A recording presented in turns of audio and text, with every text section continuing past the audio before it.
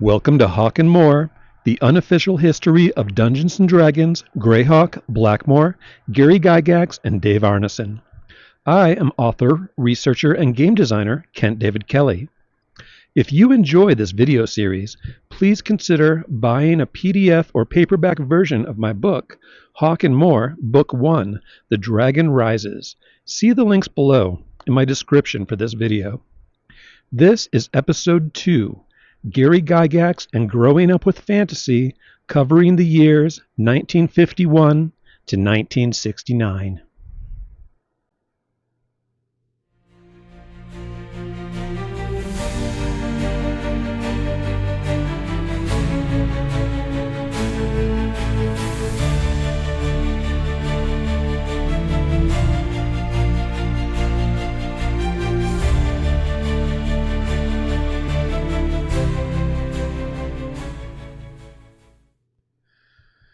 Gary Gygax, Growing Up with Fantasy, 1951 to 1969. In the 1950s, fantasy literature did not yet formally exist as a respectable genre, at least from the majority viewpoint of adults in America. Pioneers such as Lord Dunsany, Arthur Machen, Edgar Rice Burroughs, and Algernon Blackwood made considerable inroads into dark pockets of the imagination, which were later tapped more deeply by H.P. Lovecraft, Robert E. Howard, J.R.R. Tolkien, and Clark Ashton Smith. But without genre solidification and the resultant ease of access to fantasy fiction, Gary Gygax sometimes had to make do with whatever he could find. Therefore, throughout the 1950s, he read a seemingly random assortment of readily available works. These would include Thorne Smith's racy Topper supernatural pulps, older works such as Victor Appleton's Tom Swift and His Giant Cannon from 1913, and the vibrant, unfettered fiction of Edgar Rice Burroughs.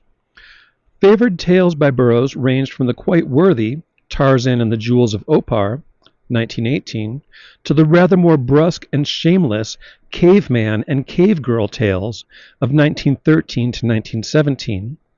Cave Girl, by the way, was Gary's first Burroughs novel, and so would lead to Gary picking up A Princess of Mars later in life.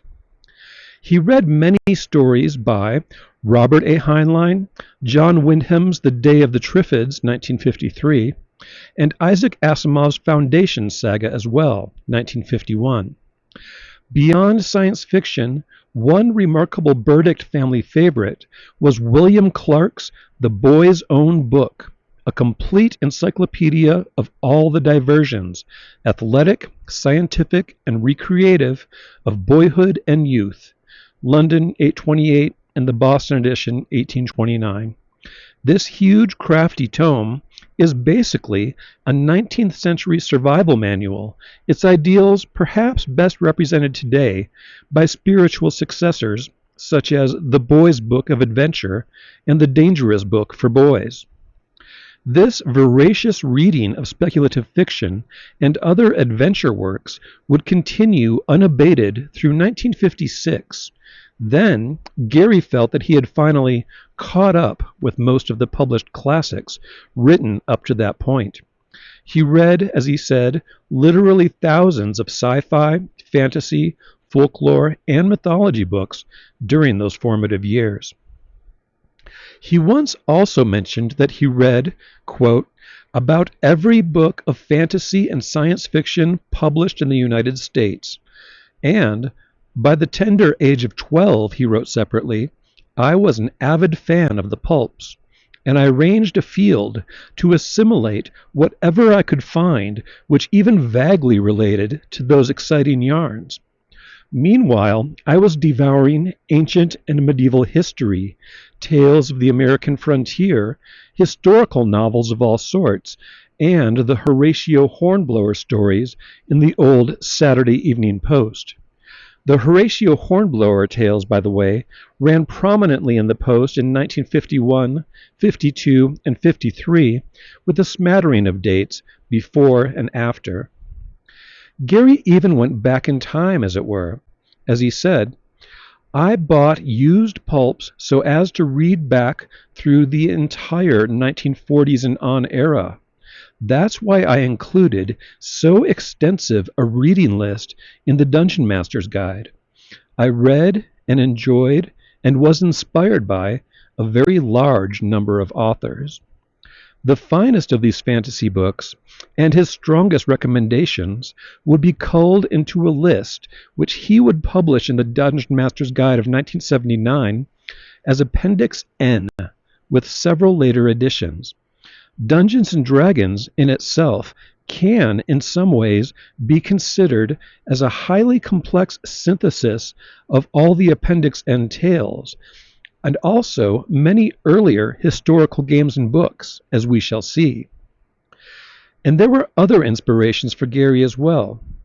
While these enticing books were boundless and radio was virtually omnipresent, for Gary, the movies of Hollywood were a rarer and more impressive treat. One of the most captivating films he saw in his teens was Ivanhoe, released in late July of 1952. This is an award-nominated Robert and Elizabeth Taylor epic set in the age of Richard the Lionheart. The movie's fight scenes, which are still impressive, featured knights in shining armor and included a great skull and raven crested helm, caparisoned horses, much jousting, archers repelling a shield wall formation of harried men-at-arms, sword fights and castle stairwells, and a very dangerous-looking battle axe versus flail fight, fought both on and off of horseback. As a spoiler, if you haven't seen Ivanhoe yet, the Axeman wins that battle in a frenetic dismounted melee, but only barely. And here again, boring reality would be dashed with fantasy. The Ivanhoe joust and tourney scenes inspired Gary to engage in one of his own many bouts of rowdiness. As he once said, "The movie inspired me to make a flail. My boyhood friend, John Rash, and I were able to smite each other's garbage can lid shield several mighty blows before we were spotted by anxious and worried parents, and our tournament was brought to an untimely end."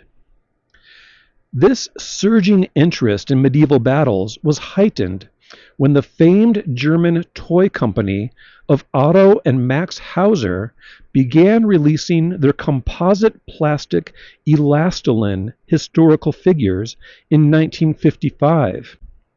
A series of these toys featuring Prince Valiant and cohorts seemed to have been the most popular line.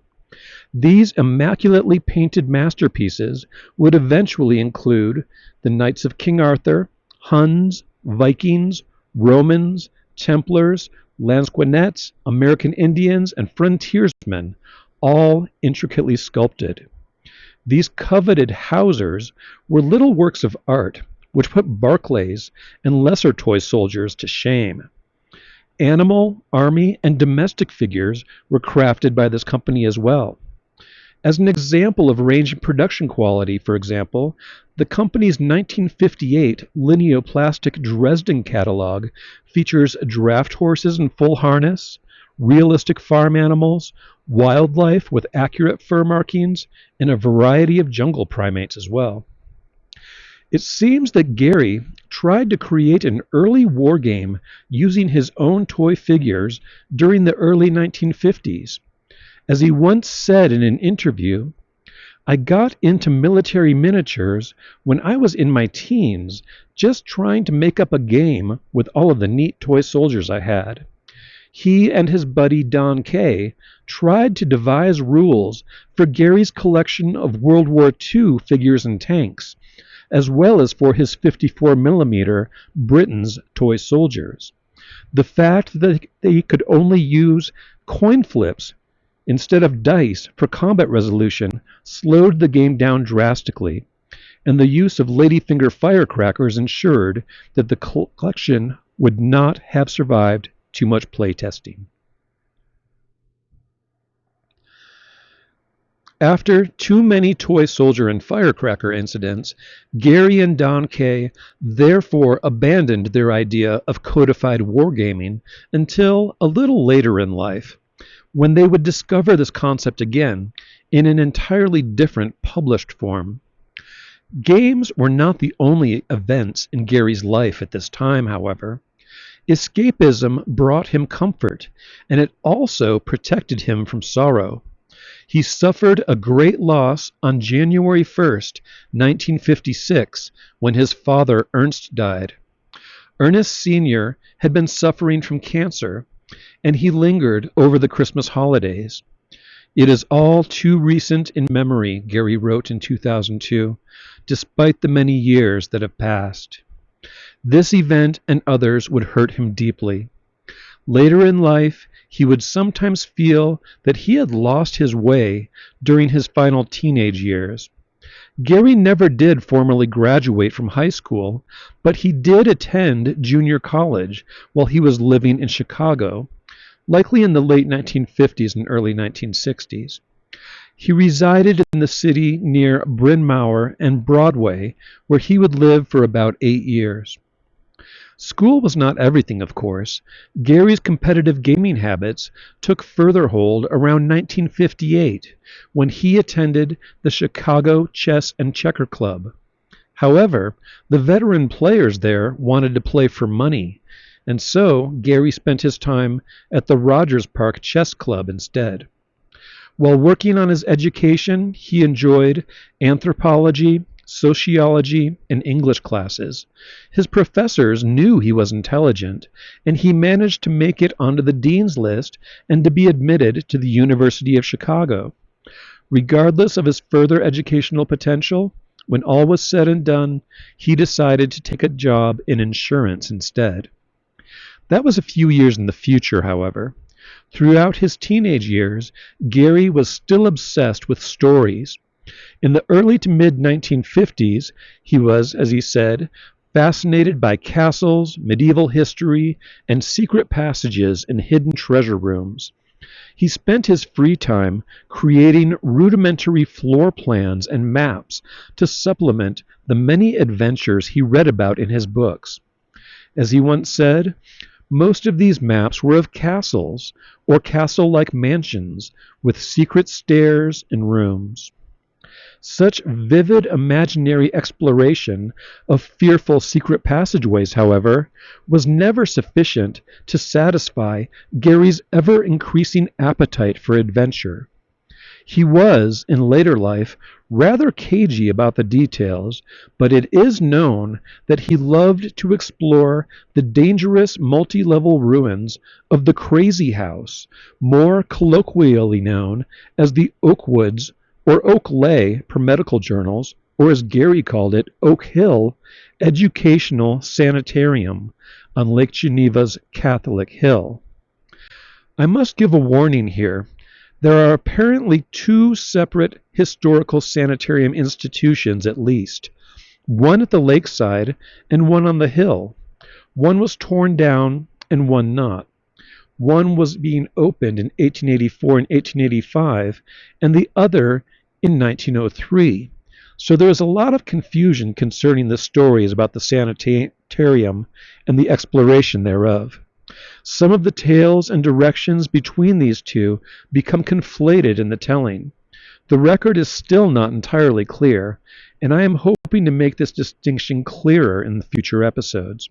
Herein, however, I will simply call Gary's remembered edifice the sanitarium to avoid any further historical confusion. In researching these confusing details, it seems that one of the sanitariums was run by a woman named Dr. Mary E. Pogue as of 1903. She was medical superintendent for the purpose of aiding troubled youths who were suffering from various physical and mental illnesses. Both sanitarium institutions were highly regarded, and some of the wealthier families of Chicago kept their afflicted children in the sanitarium's secrecy and care. Dr. Pogue's personal theory was that mental illness was a hereditary condition and that it could be prevented, at least for the benefit of future generations, through civil learning and careful attention to the youthful developing mind. This misguided but well-meaning belief gave the educational sanitarium its name, and soon enough a prestigious reputation. Some of the more dire afflictions attended to at the sanitarium are mentioned as having included cerebral palsy, epilepsy, meningitis, sensory deprivation, mental trauma, and dementia praecox, now more commonly known as youthful onset schizophrenia. The Chicago Medical Directory of 1905 lists the Lake Geneva Sanitarium as benefiting, quote, feeble-minded children, and Dr. Pogue herself was noted for specializing in, quote, sterilization, segregation, and custodial care of mental defectives. Gary also provided some more historical information from local recollection, spiced up with a bit of folklore in his own personal accounts of the sanitarium. Gary explained that around 1880, a mill was built upon the White River, which exits Lake Geneva. The sanitariums arose thereafter, one in 1884 and 1885, and another in 1903. The earlier facility, Gary said, kept a large boat on the mill pond's shore so as to be able to recapture escaped patients swimming in the pond. According to Gary's folkloric account, a little after 1910, the managing doctor of the sanitarium went insane. The tale is a bit of a lurid haunted house aside, of course. I have yet to determine whether Dr. Mary Pogue was ever indeed stricken with any mental illness during her own career. However, this was almost certainly a sensationalized urban legend, because the 1916 program of the annual meeting for the American Association for the Study and Prevention of Infant Mortality lists the same Dr. Pogue as serving on the committee of membership in that year. Nevertheless, it makes for a very good story, and I have no doubt that this lurid tale was shared with absolute sincerity by those brave Lake Genevan boys who sought to explore the haunted sanitarium on many a cold October night. Gary himself had several adventures in the 5 abandoned stories of that ominous sanitarium, as well as in the pitch-black subterranean steam and laundry tunnels underneath it. A beautiful tree-lined drive led up to the 5-storied primary building, and one period mention in the Chicago Medical Recorder noted that these facilities were, quote, situated on high ground in a park of 73 acres of exceptional beauty overlooking the lake and city of Lake Geneva. But Gary insisted that the forested location was eerily desolate at night, with a full orange moon rising behind the ruins of its silhouetted towers.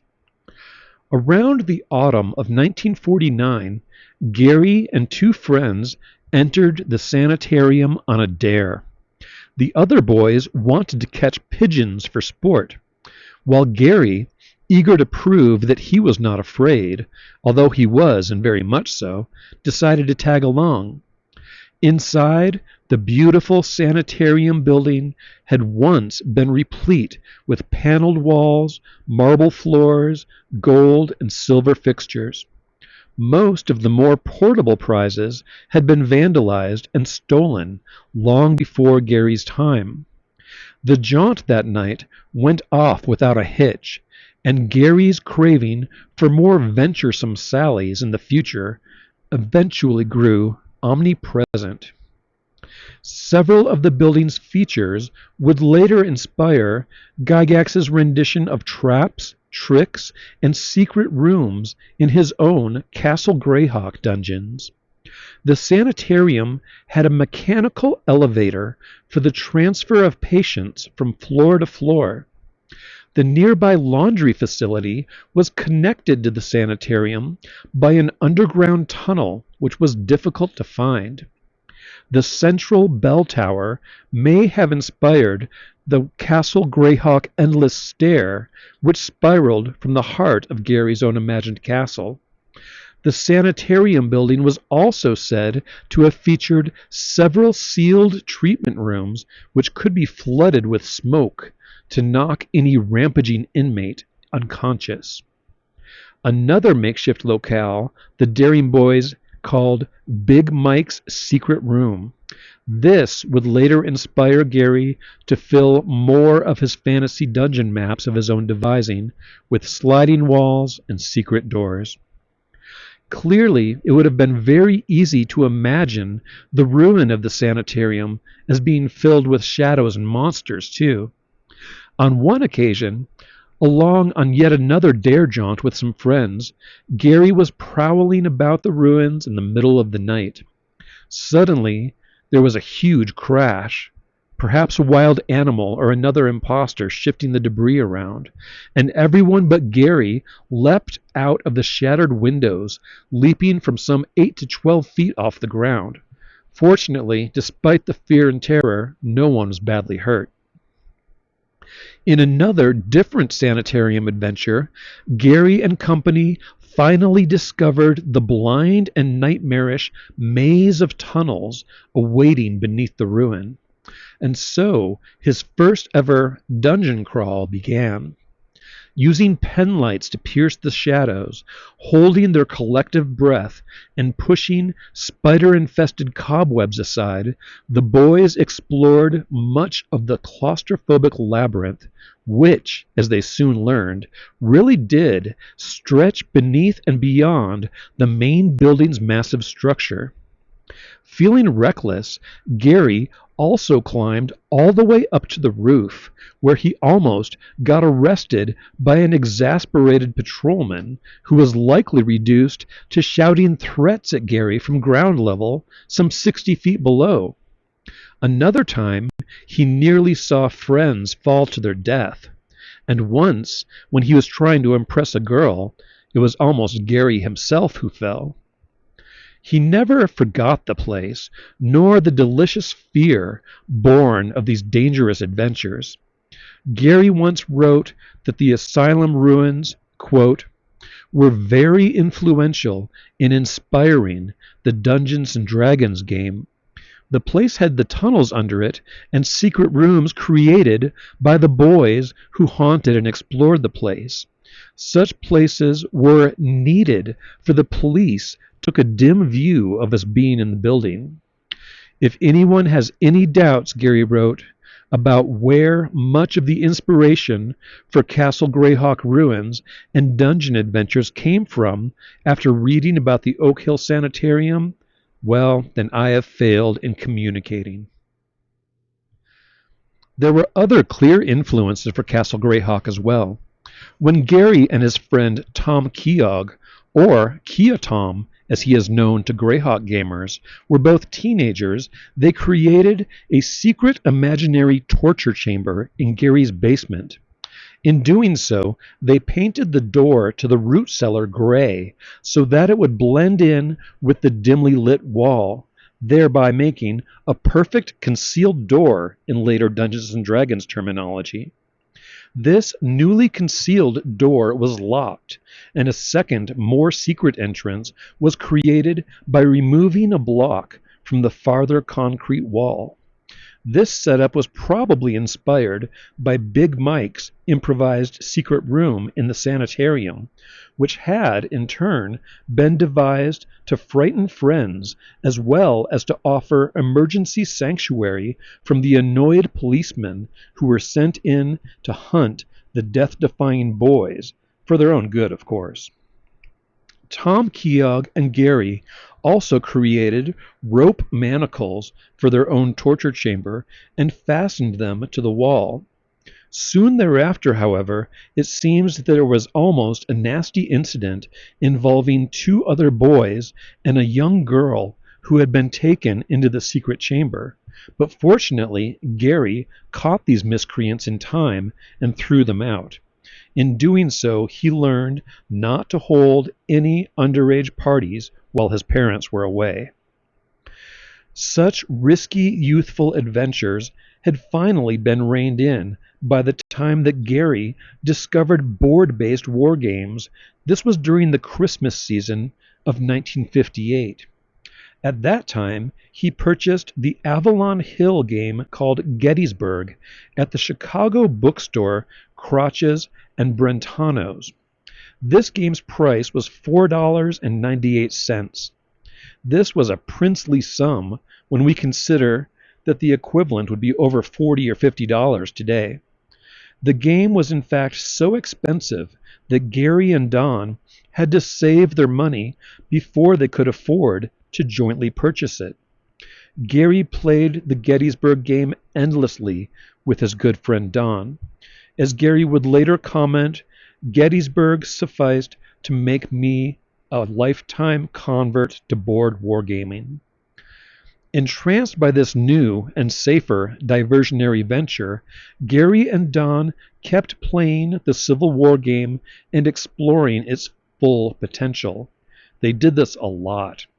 In fact, the Gettysburg game would awaken Gary's interest in serious game design, and the lessons he learned modifying the game board and the rules for various other battles would influence many design decisions he would make later in his wargaming career. It seems that by the spring of 1959, Gary had written 4 lined paper pages of house rule additions for the Gettysburg game. However, he noted that these rules were tossed aside because they added complexity to the game, but not enjoyment. This first attempt at game design, although regarded by him as a failure, would inform his later rules and ruling decisions made in writing 1970's Chainmail and many other later games. Gettysburg, with its original release, had made the Avalon Hill Gaming Company an overnight success. As such, multiple new editions would be forthcoming throughout the 1960s. This game was re-released with hexagon grid maps, or hex maps, which replaced the original square grid maps in 1961. As Gary's wargaming hobby eventually became an obsession, he tried his own hand at map and game design with some more serious Gettysburg scenario revisions. It should be well noted that Gary created many professional games throughout his ongoing career before and after Dungeons and Dragons. These games included Alexander the Great, Arsuf, Don't Give Up the Ship with Dave Arneson, an important game design and collaboration, Dragon Chess, and Legendary Adventure. Many of the earlier games are now relatively obscure, but in their day, virtually all were quite respected and highly regarded. And now, I am losing my voice, so this brings an end to episode 2 of HAWK MOOR, Gary Gygax and Growing Up with Fantasy. I will return again to explore the history of Dungeons and Dragons with you all in the near future. Until then, enjoy your old school gaming with family and friends. I will see you next time. Take care.